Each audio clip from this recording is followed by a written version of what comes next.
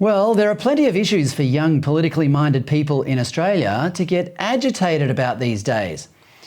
Indigenous children are being raped by their drunken uncles in outback Australian towns where the consumption of alcohol was recently made legal again. Young people are dying of heart conditions brought on by the biggest and most profitable multinational vaccination campaign in history. And China is building enough coal-fired power stations to, so some people believe, destroy the planet.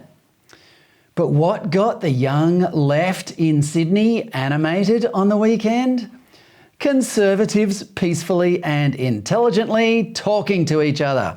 That's right, the Conservative Political Action Conference in Sydney was a magnet for a rowdy and, it must be said, remarkably homogenous white rabble who were either indignant about the issues being discussed at CPAC or desperate for the attention they knew they'd get if they gathered outside the conference and shouted slogans. The protesters got the confrontation they wanted, storming the doors of the conference and being stopped by the police. This allowed them to yell and scream like petulant children. The most ironic of them all was this young man who would have realised just how wrong his placard was if, instead of storming the doors and being stopped by the cops, he bought a ticket to the event and mingled peacefully with the supposedly white supremacists inside. He would have seen an entertaining welcome to country by Indigenous performers, a rendition of the national anthem, and a roster of speakers that included Jacinta Nampijinpa Price, Warren Mundine, British hip-hop star Zuby, and British Indian environmentalist Xeon Lights.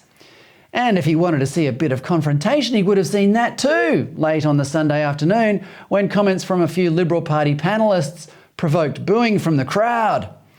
But why engage with people and calmly discuss issues when you could gather in a crowd and scream abuse instead?